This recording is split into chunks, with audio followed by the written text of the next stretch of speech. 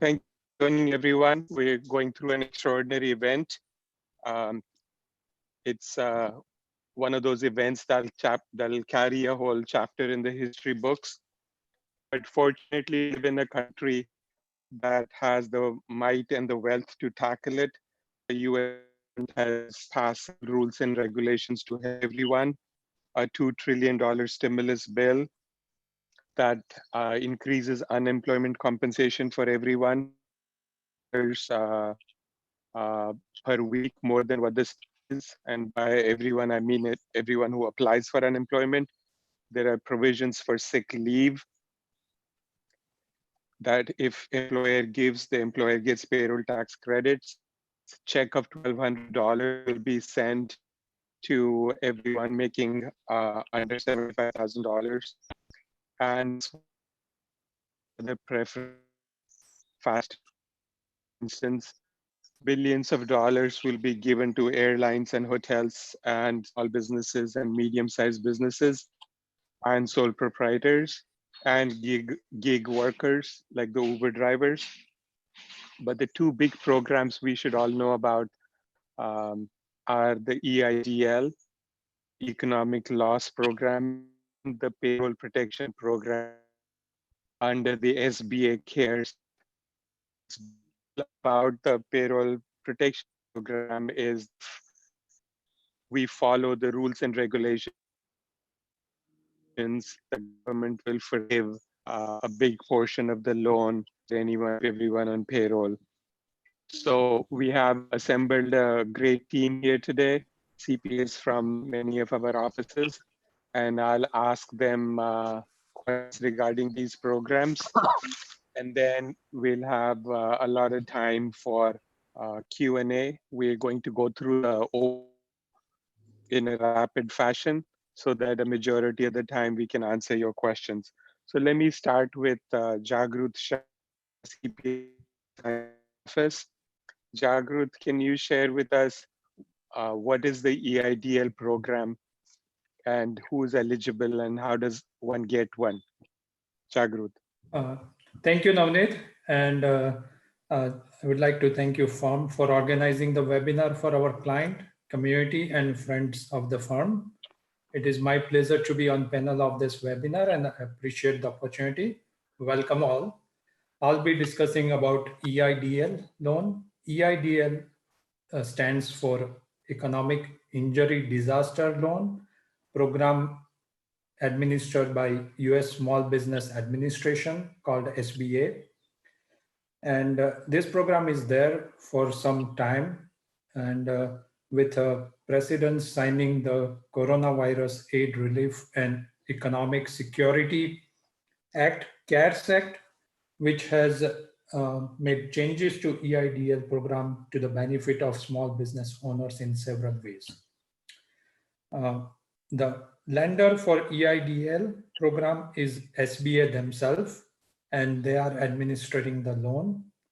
The eligibility for the business is any small business who have been in operations in since January 2020 are eligible and who have suffered the substantial economic injury and located in the declared disaster area. With COVID-19, all 50 states are declared as disaster area. So most of the businesses, small business, eligible business who have suffered substantial economic injury, that means the businesses who cannot meet their obligation and pay its ordinary, necessary operating expenses due to the impact of COVID. Eligible business will small businesses, including sole proprietor, with or without employees, independent contractors, cooperative and employee-owned businesses, and private nonprofit and tribal small businesses. There are few organizations who are ineligible as well, like religious, charitable, and gambling. Those organizations are not eligible. There are some more businesses who may not be eligible, who have not complied with previous SBA loan. The maximum loan amount is a $2 million, up to $2 million, and SBA will determine that amount once the applications will be completed. The application period for this loan will be from January 31st, 2020 till December 31st, 2020. But sooner is better, since EIDL loan has a limited funding of 10 billion. So it is advisable not to wait till last minute and apply as soon as possible.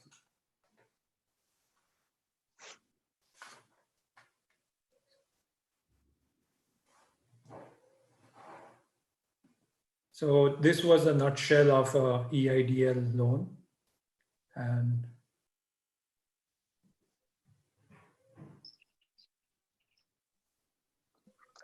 over to you, Navneet. Any questions? From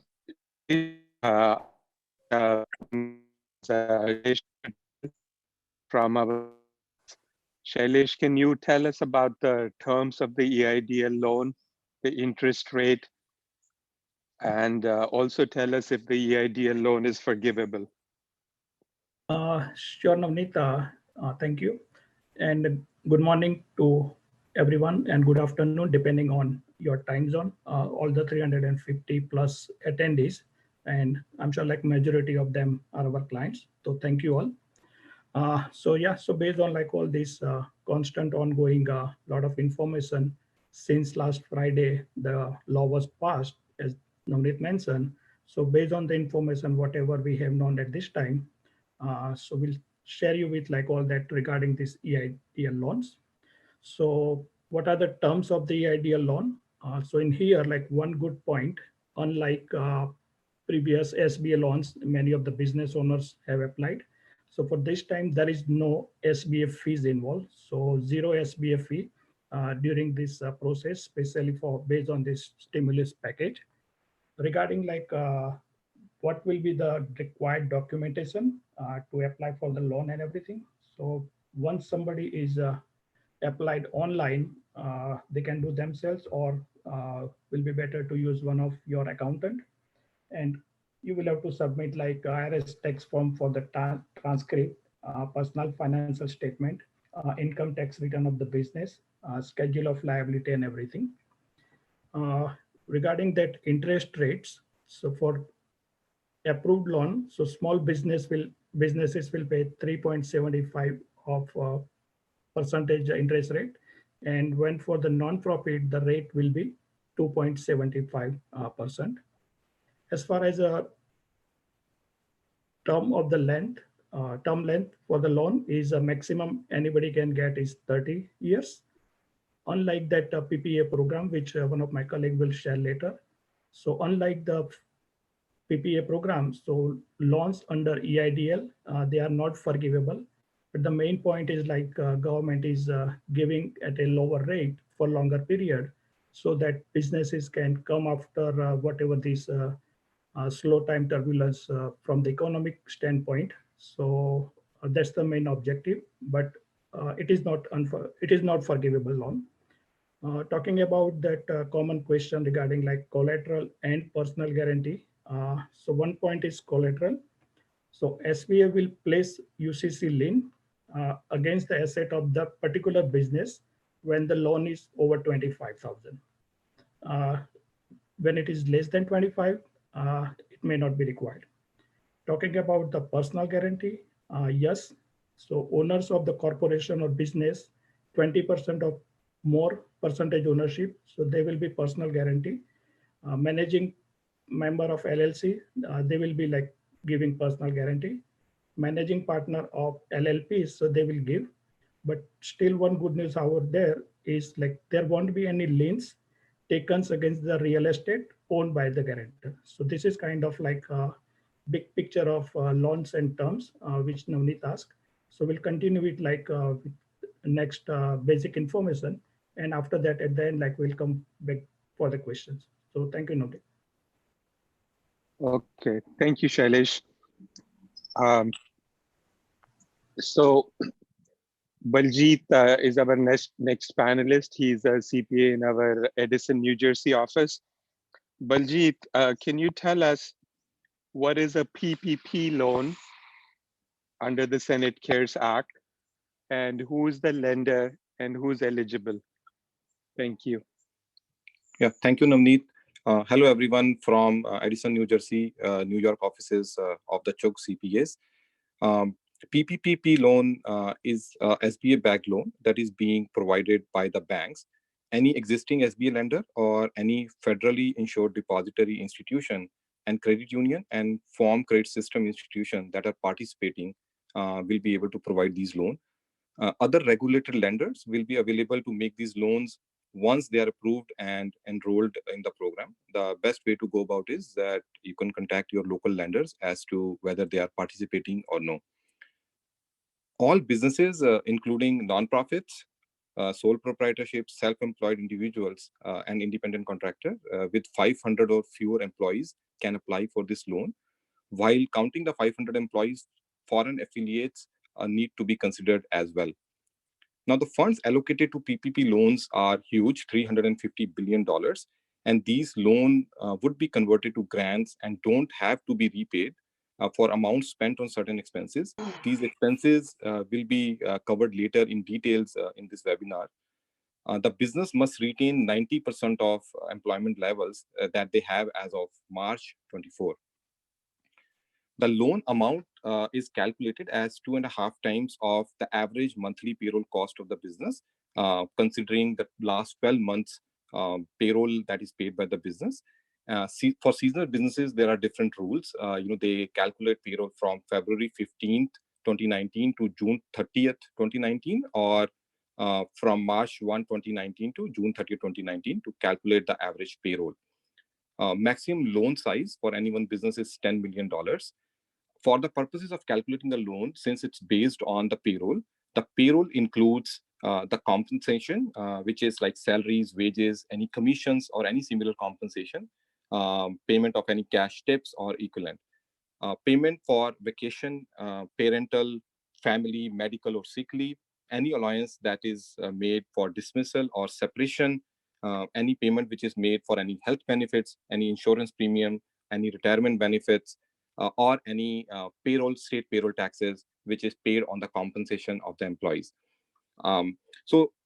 Recently only we heard about that Department of Treasury released the application. So starting April 3, small businesses and sole proprietors can apply for these loans. And from April 10, independent contractors and self-employed individuals should be able to apply this loan. This loan can be applied by June 30th, 2020. So this is, about the basic terms of the loan, and we can address further questions as we proceed further. Over to you, Navneet. Thank you, Baljit. So that leads us to a little more details of the PPP loan, since that's the biggest component of the Stimulus Act as it applies to small businesses. So next, we want to know what are the terms of the PPP loan? What is the interest rate? What is the term, the length of the loan?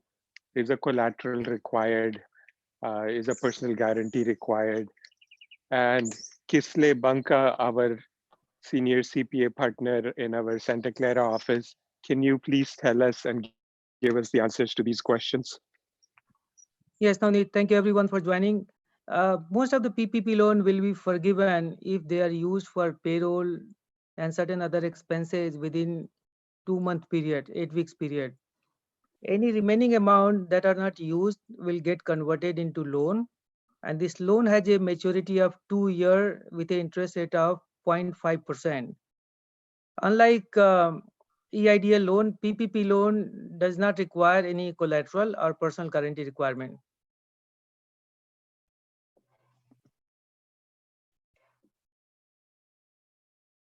Navneet, over to you.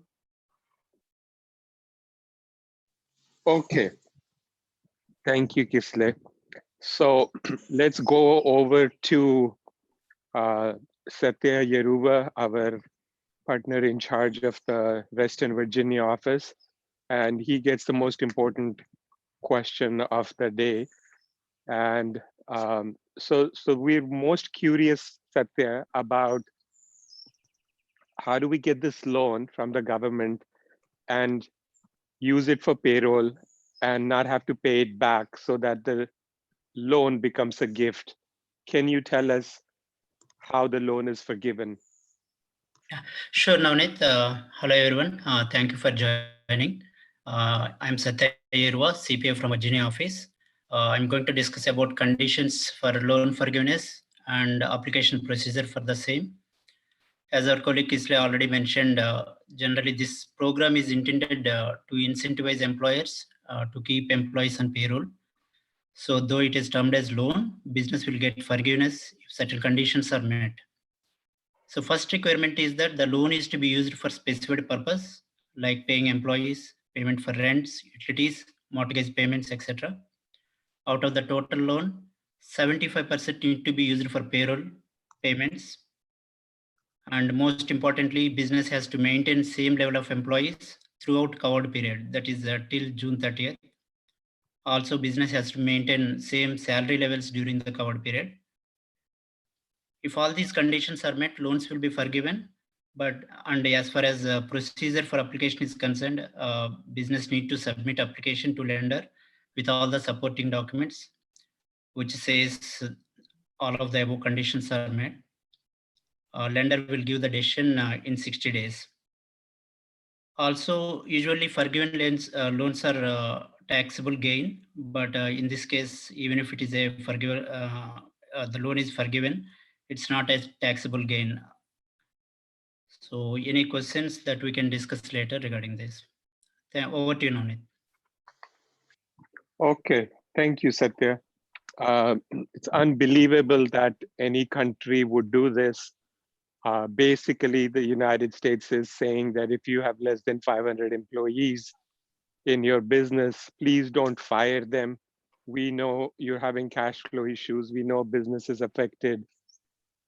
We know that work is affected. But if you don't fire them, we will pay their salaries for 2 months, as long as you're a business with under 500 employees. Don't fire them, don't reduce their salaries above a certain percentage, I believe 25%. We will pay your employees' salaries for 2 months, as long as the salaries are under 100,000. People that you have that are making over 100,000 will cover up to 100,000 of salary, which is basically $8,300 a month for 2 months. Shocking that a country would do this, basically hire every single employee in the United States that works for a small business. And it's interesting as to someone asked on the questions that how is the government coming up with so much money? Are they going to print more notes and cause inflation, and or what is the government doing? So one of the advantages of being the strongest, richest economy in the world is the US dollar is considered to be the safest instrument in the world. And so what is the government doing? They're borrowing $2 trillion. No printing of cash. The government has no money anyways. We run a budget deficit of $1 trillion a year. So the $2 trillion, the government is going to go and issue treasury bonds, and the interest rate is only 1%, and the government will get 30 years to pay it off. So all that is costing the US government to do this is the 1% interest on $2 trillion. And hopefully it's enough to bail us all out. So Kapil, half of the questions we're getting are, I have a business, what do I do? Do I apply for the EIDL loan? Do I apply for the PPP loan? Which one do I do first? And do I apply for both of them? So help us. Kapil Handa is our senior tax CPA partner in our Atlanta, Georgia office. Over to you, Kapil. Thank you, Navneet. Hello, everyone. Thank you, everyone, for taking the time to attend the webinar today. Just kind of as Navneet said, we are going through with unprecedented times, and times are tough, but we are fortunate that we have a government that is supporting us. So I'll break down both the programs, EIDL and PPP, very briefly, and then we'll take the questions later. So EIDL, anyone, again, economic injury disaster loan, who should apply that? So the answer is anybody who is having a working capital deficiency, cash flow crunch, which most of the business at the moment are, should be applying for that. Again, according to a study done by Chase, average small business owner has a cash flow reserve of a month. So we can imagine this crisis happens in February. We are now in April. People are struggling. So again, EIDL is anybody who wants to just have the cash right away. How? Because when you apply, you can get a loan of up to $2 million. But the government is saying the moment you apply, we will release funds of up to $10,000, which should be dispatched within few days. So they are saying 3 days, but in practical world, we have seen and we have helped many clients so far, and they haven't received the funds at the moment, but they have gotten the application has been submitted. There is a other advantage that we have seen that they say the application is under review, but again, the money is still under the process. But the good news is, yes, you get the $10,000 within few days where you have people to play, and people are dependent on you. And again, the PPP program should be one who has payroll, a lot of people, again, under 500 employees. But just to support that, the government is willing to give up to 2.5 times of their average monthly payroll to the people. So anybody who's having a lot of employees in their company should be focusing on getting the PPP program, which is going to be open from Friday, April 3rd. But at this time, a lot of question again comes, shall I wait for the PPP program to get into, or I should just get the EIDL at the moment? The answer is EIDL is a very small pool program, as Jagrut said, $10 billion, whereas the PPP program is a much bigger program, as Baljeet said, about $350 billion. So the pool in PPP program is much, much bigger compared to EIDL. So at this point, if you have a cash flow problems, if you have a working capital deficiency, we recommend you go ahead and file the EIDL program. And the good news is tomorrow, when the April 3rd, the window opens, you can also apply for PPP. And based on the decision of the government, both the programs are again under SBA. Once you come to know which one you qualify, or you may want qualify for both, you can then decide you want to take one loan, you can take both the loans, or you don't want to take either of the loans. Again, the best part is there is no service fee closing cost involved, where the government is trying to help all the small business owners. That's all. Over to you, Navneet.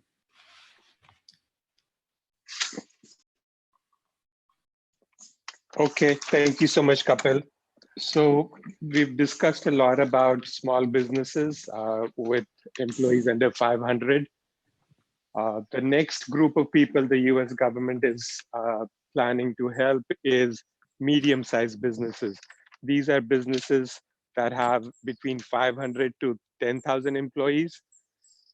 And businesses over 10,000 employees, the government is helping in selective manner. If you're in the airline business or hotel business, then there are special programs for businesses over 10,000. But between 500 to 10,000, the medium-sized businesses, there is help. And I will ask Ramesh Patel, our senior tax partner out of our Los Angeles office, to tell us what loans and benefits is the US government giving to medium-sized businesses between 500 and 10,000 employees. Over to you, Ramesh. Yeah, thank you, Navneet. Good morning, good afternoon to all of you. Thanks for attending this webinar. So far you have heard my colleagues about employee having a size of 500 or less, but we have many client who has employee size of more than 500, because the SBA definition requires to include not only the US business, but worldwide businesses. So many of our IT technology company clients are having a lot of employees in India and other parts of the world. So those employees needs to be also counted if they own those entity through the business or individually, and they are a majority shareholder of that. So for those group of businesses, this mid-sized business program is available, and that is part of Business Stabilization Act of 2020, which is under the umbrella of major CARE Acts, and it has almost $500 billion loans and loans guarantee, and the funding for this program is provided by the Fed Reserve. Unlike other two programs, SBA is the lender or supported by the SBA. As far as the provision or the purpose of this act, it is only available for the US businesses organized in the US and having a majority employees are in the United States. The assistance or the money you get under this program cannot or prohibited to transfer to any of your foreign affiliates. So basically, money cannot be used to fund your subsidiaries in foreign country. And good thing about this program is you do not need to repay this loan within the first 6 months. So the first payment is going to be due month 7. As far as the documentation or the information you have to provide is just like you have to just provide the good faith certification saying that we are intended to maintain at least 90% of our current workforce, and company will not outsource any work to foreign country during the period of the loan and 2 years thereafter. Also, company need to certify that they will not use this money for a dividend or any repurchase of the stock. And as far as the limitation, there are one additional limitation is the compensation of the officer or the employees. So any employee or officer who has received more than $450,000 in compensation for the year 2019, those people or the employee have to continue to maintain that compensation level till the loans are available. And employee who have made more than $3 million in the year 2019, their compensation is also limited. So limitation for those folks are you can have 3 million plus 50% of over and above $3 million. So just give you an example, like if someone has taken $5 million in compensation for 2019, so he can have 3 million plus 50% of the remaining 2 million. So $1 more million. So instead of 5 million, officer can take up to $4 million as a compensation as long as the loan is there on the books of the company. Yeah, Navneet, over to you. Okay, so we've discussed a lot about the federal government program. In addition to that, all 50 states or most of the 50 states have created their own mini stimulus packages and are helping in one way or another. Since majority of our attendees today are from California, let's just go over a bit of what California is doing and helping. So I'll ask Asha Inamdar from our Santa Clara office, CPA, to tell us about the California Business Loan Guarantee Program. Thank you, Navneet sir, and thank you everyone for taking out the time today to attend this webinar, and we hope we are contributing to a lot of questions that you may have in your mind. So to begin with, the California Small Business Loan Guarantee Program has been introduced by the California Small Business Center, And they also have several disaster relief loan guarantee programs. So essentially what the loan programs is for providing guarantees to applicants and borrowers who are unable to provide the guarantees themselves or are having difficulty getting loans through the traditional routes through their lenders. And the way this works is that the Small Business Finance Center has partnered with a few financial institutions called the Financial Development Corporations, and they help eligible businesses get these guarantees for their loans. And the eligible businesses could be small businesses. They need to be located in California and have anywhere less than 750 employees. And a few nonprofits are also eligible to obtain these. Now, the terms for the guarantee are you can get a loan almost up to 20 million. And the guarantee, though, is for a maximum of 1 million. And the terms could be ranging all the way up to 7 years, or you could even be eligible for a longer term, more than 7 years. And the guarantees will be maximum 95% of the loan. Usually they are 80 to 95% of the loan. The interest rates are negotiable with the lenders. So whichever lender you are approaching, and there are a bunch of lenders listed on their website, we can share that information with you later. And you can have your interest rates negotiated, and the qualifications, further qualifications, if at all, they'll be decided by the lenders. Now you can use the proceeds of these loans for different kinds of expenses, like starting up your business. So if you have any startup costs, they can help you with that. You have any additional construction to do, you need it to just meet your regular working capital, get inventory, do purchases, pay off your vendors, all of that is covered. If you need any help with export financing, it can cover that as well. If you need to expand your business, maybe start a new line or something like that, you can use it for it. You can use it as a line of credit. And you could do, just a bridge financing. If you have a gap somewhere, you could use it for, especially this disaster relief for all kinds of hurdles that you faced in this global pandemic. You could use it for agricultural purposes, for paying franchise fees, and a whole other list of purposes that you can use. And when you can apply is you could apply right away, approach any of these lenders. And as long as you qualify the criteria that I just mentioned, and if at all they do have additionally specific to the lender, as long as you qualify that, you can just go ahead and apply for the loan. So that's pretty much it. Over to you, sir. Thank you, Asha.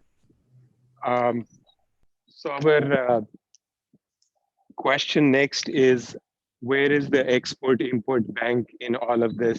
As you know, US has this massive institution called the Export and Import Bank, EXIM Bank. And even though the title of the institution is Export-Import, they don't really help financially with import. But companies and countries that want to import from US will give them a loan. So let's hear about what the EXIM Bank is doing. And I'll ask Annalita from our, she's a lawyer from our Los Angeles office, to tell us what help is EXIM Bank giving. Yes, thank you. Thanks, Mr. Chugh. So for those of you that may not be available, EXIM Bank, as Mr. Chugh mentioned, is the official credit agency of the United States federal government. It was established in 1934, and its primary mission is obviously to support U.S. jobs through the facilitation of exports of U.S. goods and services.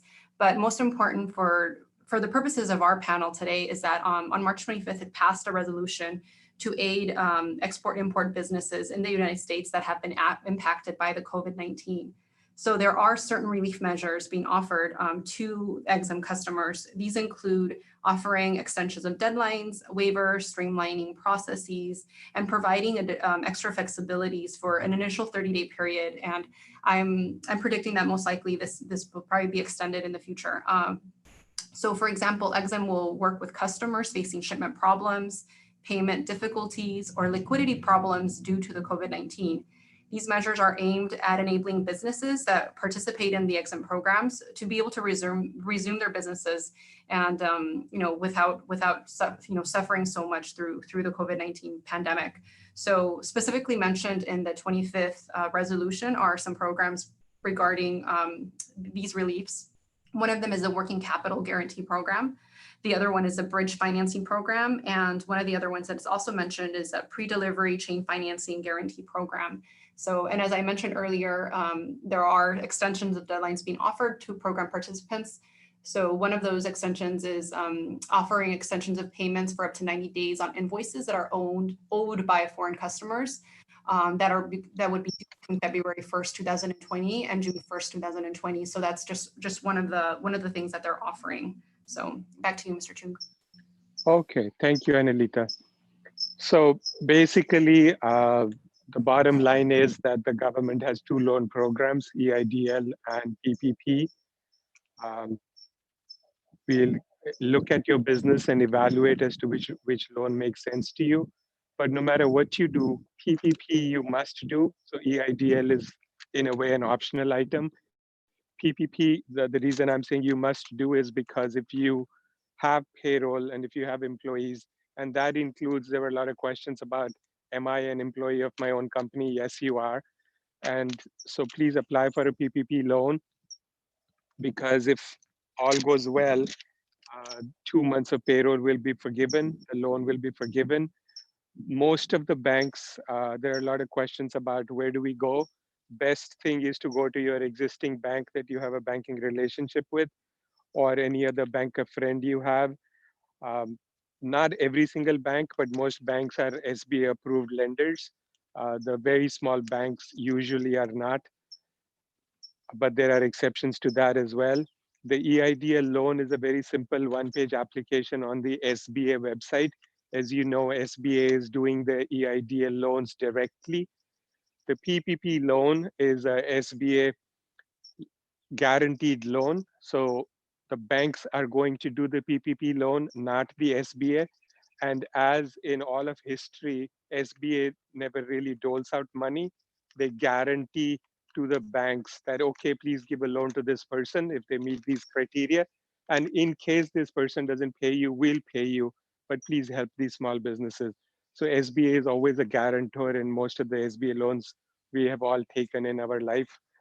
And so is it the same rules with the PPP program. So apply to a bank and SBA will guarantee it.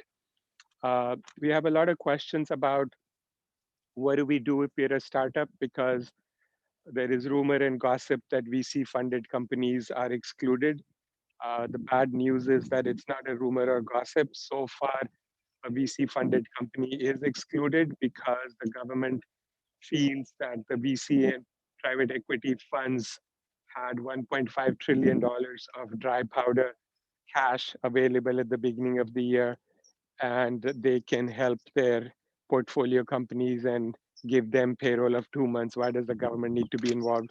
But there's a lot of hue and cry in Silicon Valley and other places, and they're all making noise to the government that you can't do this. And the reason the government is saying we're taking VC funded companies out is because we're counting all of their portfolio companies and adding up all the employees, and all of them are over 500 or some logic like that. So Kisley, you operate out of the Santa Clara office. What are you hearing about the startup companies and the VC funded companies and the noise they're making? Yes, Navneet, the congressman, I mean, I heard Rokanda and they are lobbying for a startup funded company, VC funding company, or private equity funded company. And it is possible that we hear something very soon that, they will be eligible for this loan.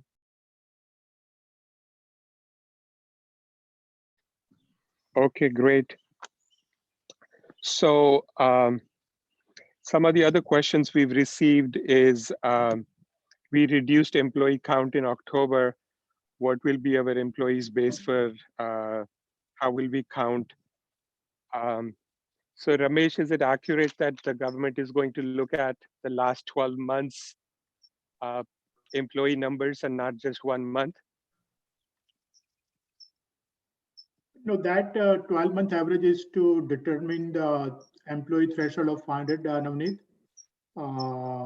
But this particular question, I need to check that and respond on that.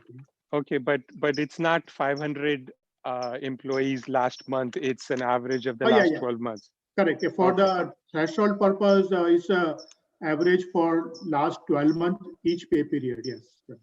Okay. Yeah.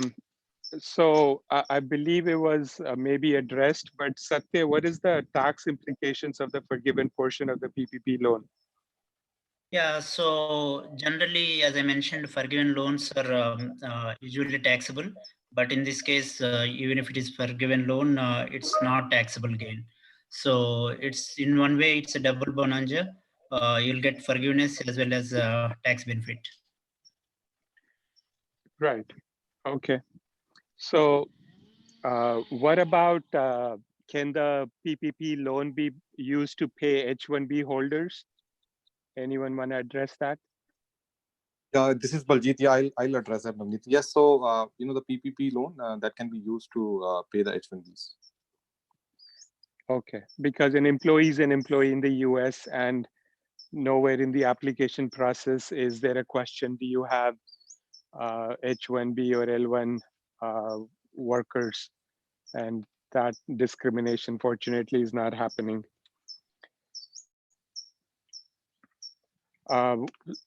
A few people have asked, can the nonprofits avail of these loans? And the answer is yes to the PPP loan. And if you have a nonprofit and you have employees, you can apply for payroll protection for 2 months. With the hotel industries, there are lots of questions. So Kapil and Shailesh, you have a lot of hotel motel clients. Is the government, to calculate 500 employees, is the government going to count all of your hotels as one entity, or each hotel is a separate entity? Hi, Navneet, this is Kapil. So yeah, they are saying that anything franchise and motels are going to be exempt under the affiliation rules. So that's the understanding at the point. And all we have held many clients already filed the loans for EIDL at this point, and everything is included as a separate application. And right now the understanding is they will not be taking it as a controlled group and taking each entity as a separate legal entity. Okay.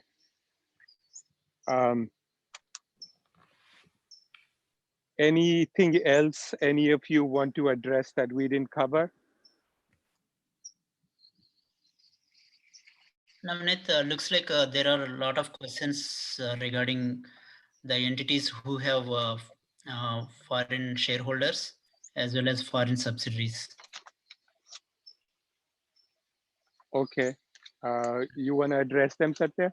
Yeah, sure. So the entities who has foreign shareholders with more than 500 employees, they are not eligible for PPP loan. But if the all affiliate entities together, if the employees are less than 500, then they are eligible for PPP loans. Okay.